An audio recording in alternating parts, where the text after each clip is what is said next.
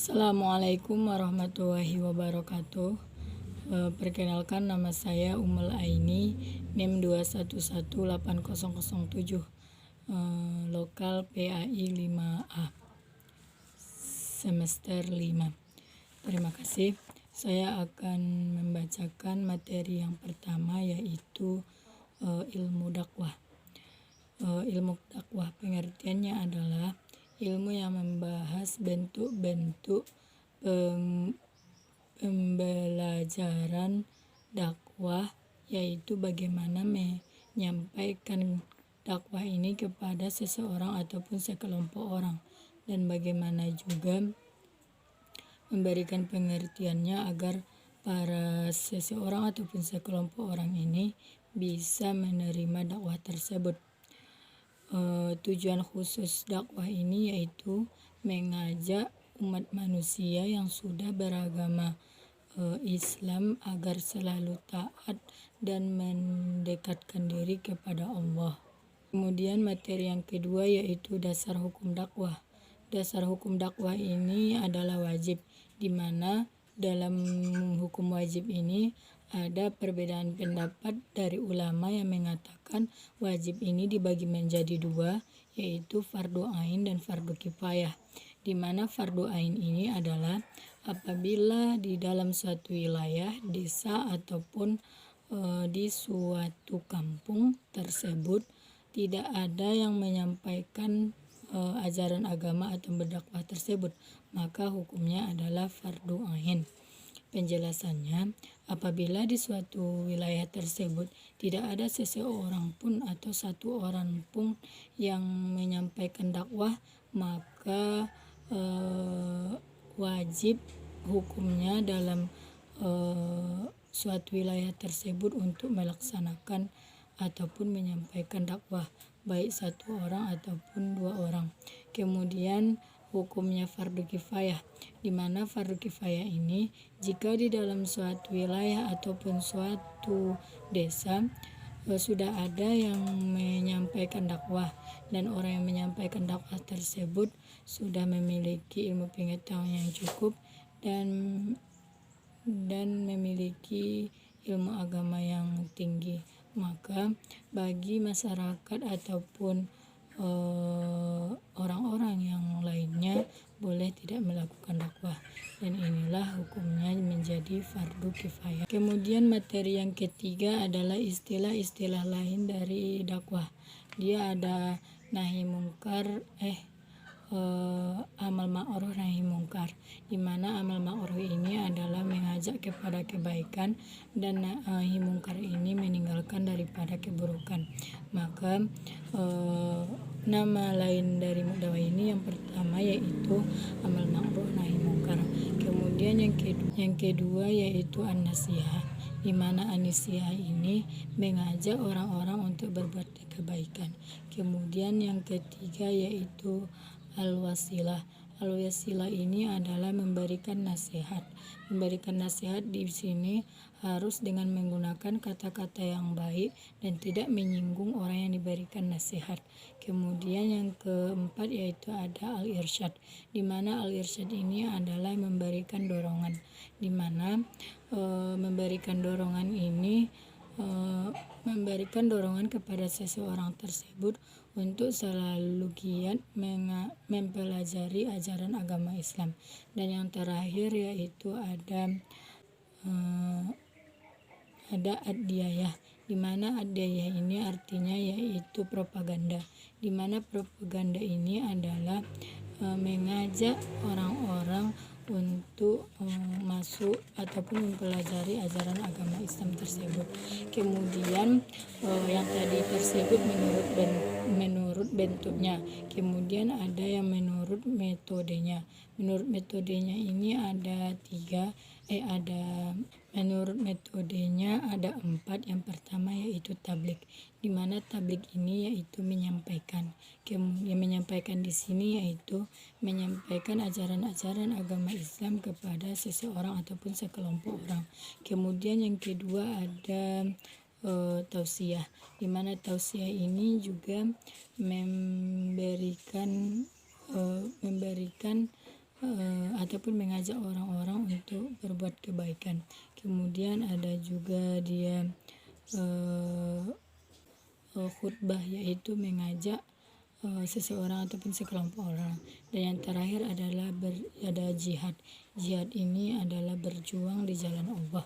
Kemudian ada poin yang ketiga, yaitu sumber metode dakwah. Sumber metode dakwah ini ada 3. Yang pertama Al-Quran, yang kedua yaitu sunnah ataupun hadis, yang terakhir yaitu sejarah para sahabat, para ulama-ulama.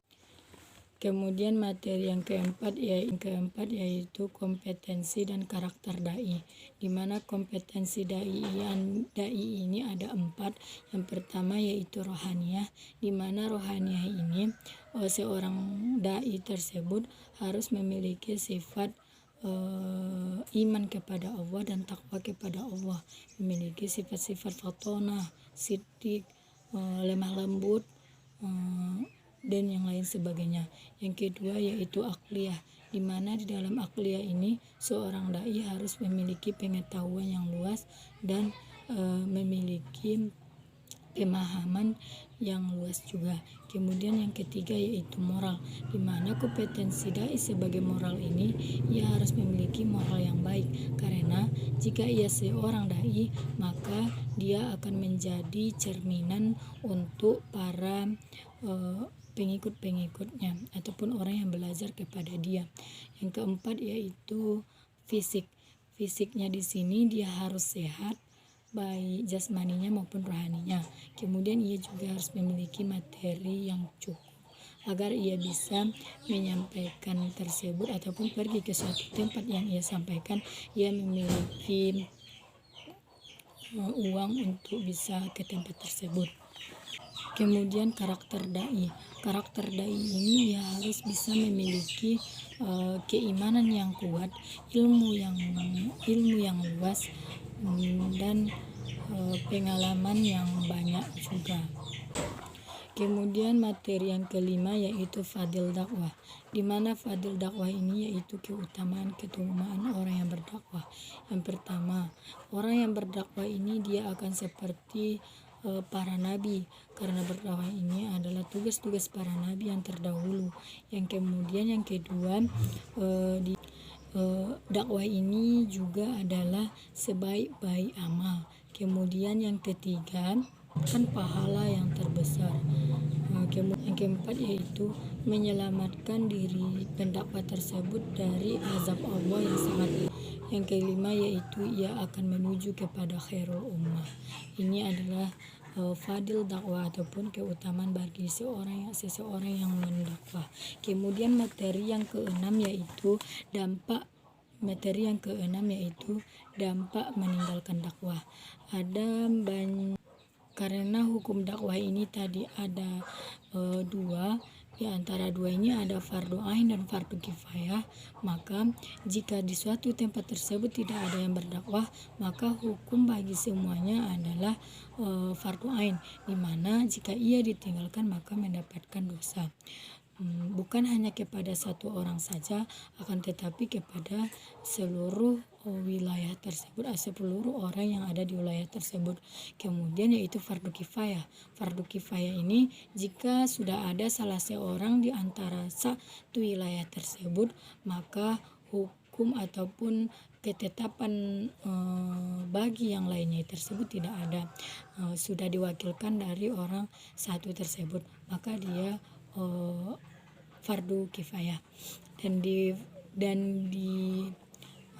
dampak meninggalkan dakwah ini yaitu mendapatkan dosa yang besar, sebagaimana ia meninggalkan sholat, puasa, dan lain-lainnya. Dan dosa di sini tidak ditanggung oleh seseorang yang pendakwah tersebut, tetapi ditanggung juga oleh semua orang yang ada di wilayah tersebut. Maka hendaknya lah seseorang yang ada di antara kita yang memiliki ilmu yang tinggi ataupun ilmu yang luas dan keimanan yang kuat kepada Allah, maka hendaknya lah ada seseorang di antara kita yang berdakwah. Kemudian materi selanjutnya yaitu metode dakwah. Metode dakwah ini ada 5. Yang pertama yaitu metode hikmah. Di dalam metode hikmah ini ataupun pembelajaran yang baik, di dalam metode hikmah ini seorang dai memberikan pembelajaran baik dan melalui perilakunya sendiri agar orang yang menuntut ilmu kepadanya ataupun orang yang diajarkannya mengikuti apa yang ia lakukan. Kemudian metode mauizah.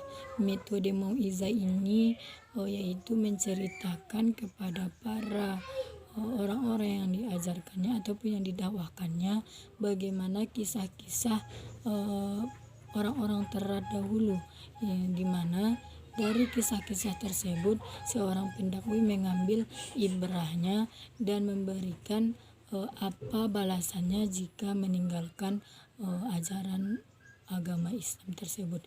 Kemudian ada metode mujadalah.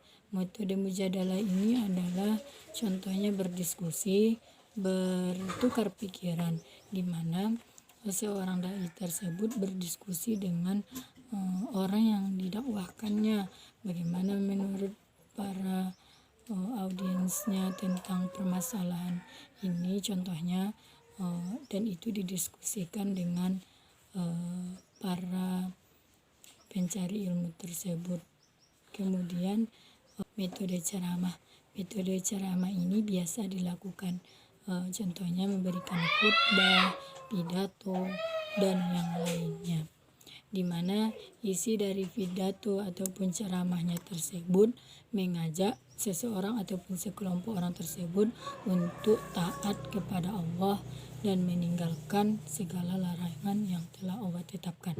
Kemudian yang terakhir yaitu metode Qur'ani, di mana metode Qur'ani ini menyampaikan karena metode Quran ini tidak boleh bertentangan dengan ajaran agama Islam, boleh melakukannya dengan bagaimanapun, akan tetapi tidak boleh bertentangan dengan ajaran-ajaran yang sudah ada di dalam Al-Quran. Kemudian materi selanjutnya yaitu problematika dakwah. Problematika dakwah ini adalah permasalahan-permasalahan yang ada di dalam dakwah tersebut, di mana permasalahan-permasalahan ini contohnya banyak sekali daripada para orang-orang yang ingin didakwakan tersebut malas akan datang untuk mendengarkan dakwah tersebut, ataupun lebih mementingkan keduniaannya daripada mementingkan akhiratnya. Maka di sini timbullah bagaimana permasalahan-permasalahan dakwah tersebut.